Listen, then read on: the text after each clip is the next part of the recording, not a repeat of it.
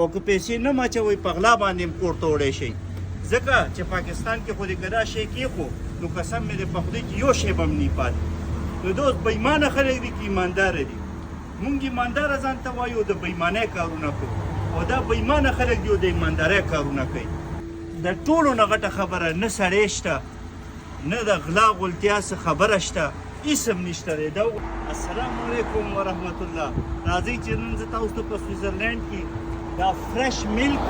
الوګان او انډې وښیم چې خلک څنګه اخلي تاسو به نن د دې سیل وکړئ او ډېره مزه به ترې واخلئ دا د سویزرلینډ او د دې د ملکونو حسن دی دا وګوره کمال کوي دا ملکونه یار